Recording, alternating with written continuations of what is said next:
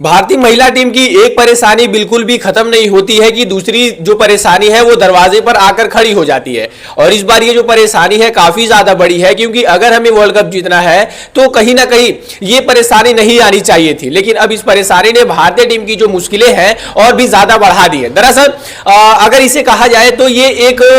बिना मतलब का जो परेशानी आया, क्योंकि जिस मुकाबले में हमें सबसे ज्यादा इंपॉर्टेंट थी, देखा जाए न्यूजीलैंड वाले मुकाबले में, वहां पर हमारे ओपनरों ने जिस तरीके से परफॉर्म किया, अगर मैं कहूं कि हमने उस ओपनिंग पार्टनरशिप की वजह से, अपने ओपनरों की वजह से ये मुकाबला जीता, तो ये गलत नहीं होगा। लेकिन कहीं ना कहीं वो मुकाबला जीतने के बाद हम सेमीफाइनल में प्रवेश कर चुके थे, लेकिन उसके बाद एक और मुकाबला हमारे लिए था जो हमें बांग्लादेश के खिलाफ लीग स्टेज का आखिरी मुकाबला खेलना था। और ऐसे तौर पर डीवाई पाटिल स्टेडियम में जहां पर यह मुकाबला खेला जाता है नवी मुंबई में, वहां पर बांग्लादेश के खिलाफ टीम इंडिया भिड़ रही होती है। और वहां पर प्रतिका रावल और जो स्मृति मानधाना है, आप सभी को पता होगा कि न्यूजीलैंड के खिलाफ इन्होंने शानदार जो है वो ओपनिंग पार्टनरशिप की थी, और कहीं ना कहीं इन दोनों के पार्टनरशिप की वजह से ही टीम इंडिया वो मुकाबला जीती थी। पहले स्मृति मानधाना ने 112 रनों की पारी खेली, तो 122 रनों की पारी या फिर 121 रनों की पारी प्रतिका रावल ने भी खेली थी। यानी ये प्रतिका रावल के लिए पहला ही ओडीआई वर्ल्ड कप था, पहला ही एडिशन था, और पहले एडिशन में इस तरीके की इन्होंने बल्लेबाजी करके दिखाई है। और साथ ही साथ इस पूरे ओडीआई वर्ल्ड कप के दौरान प्रतिका रावल का जो फॉर्म है वो काफी बेहतर रहा है। ऐसे तौर पर प्रतिका रावल का जो है वो फिट होना सेमीफाइनल मुकाबले के लिए काफी ज्यादा बड़ी बात हो जाती है, क्योंकि सेमीफाइनल जो मुकाबला है अब से हमें केवल 2 दिनों के अंतराल पे ही, यानी 30 तारीख को ऑस्ट्रेलिया जैसी टीम के खिलाफ खेलना है। ऑस्ट्रेलिया जैसी टीम के खिलाफ हम एक मुकाबला इस ओडीआई वर्ल्ड कप में हार भी चुके हैं, क्योंकि हमने 325 बनाए थे, ऑस्ट्रेलिया ने उसे चेज कर दिया था। तो आप इसे समझ सकते हो कि यार ऑस्ट्रेलिया किस तरीके की लय में है और किस तरीके की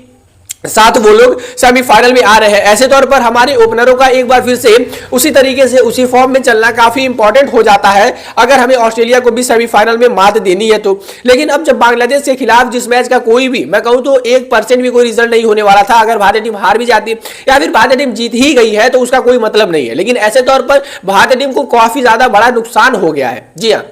नुकसान मैच हारने का नहीं, बल्कि नुकसान प्लेयर को खोने का है। दरअसल प्रतिका रावल जो भारतीय टीम के लिए एक बहुत ही महत्वपूर्ण ओपनर रही है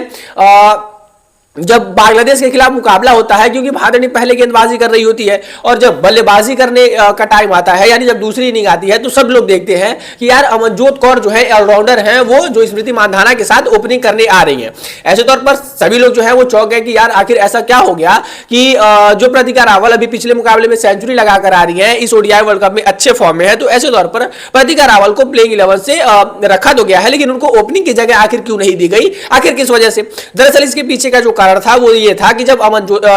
प्रतिका रावल फील्डिंग कर रही थी,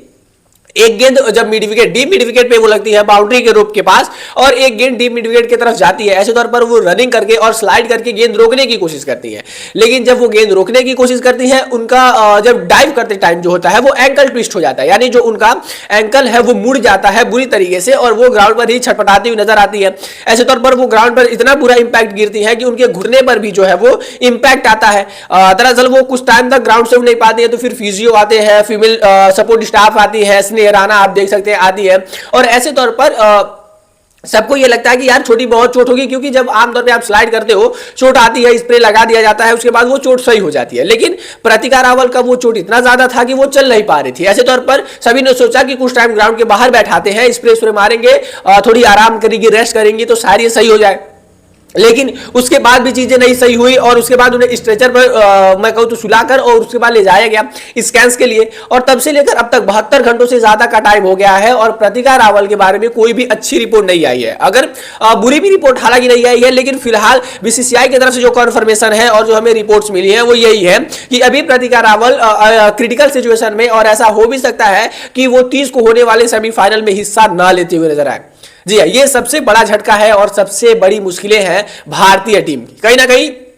ये जो मुश्किलें हैं काफी ज्यादा बड़ी है, क्योंकि सेमीफाइनल एक इतना ज्यादा इंपॉर्टेंट मुकाबला है कि अगर आपको फाइनल में जाना है तो ये आखिरी सीढ़ी है। मतलब आप सोचो, बस आपको एक स्टेप पुश करना है और उसके बाद आप फाइनल जैसे बड़े मुकाम पर होंगे। और अगर आपने सेमीफाइनल में ऑस्ट्रेलिया को हरा दिया, यानी फाइनल में आपका इतनी ज्यादा बड़ा टक्कर रहेगा, क्योंकि कहीं ना कहीं वुमेन्स क्रिकेट में ऑस्ट्रेलियाई टीम जो है वो डोमिनेट करती है, और अगर आपने उसे सेमीफाइनल में पहले ही रौंद दिया होगा, तो ऐसे तौर पर फाइनल में जो है वो मैं कहूं अनबिलीवेबल सी चीज चीज हो जाएगी कि फाइनल हम जीत भी सकते हैं। लेकिन ऐसे तौर पर कहीं ना कहीं ये एक बड़ा जो मैं कहूं तो दुखद और बहुत ही बड़ी मुश्किल खबर, बड़ी बुरी खबर है कि प्रतिका रावल जो अभी फिलहाल इंजर्ड है। वेल, जिस तरीके की खबरें आती हैं अभी तो 2 दिन, अभी 27, 28, 29 तारीख का समय है, 30 तारीख को वो जो है सेमीफाइनल खेला जाना है। तो ऐसे तौर पर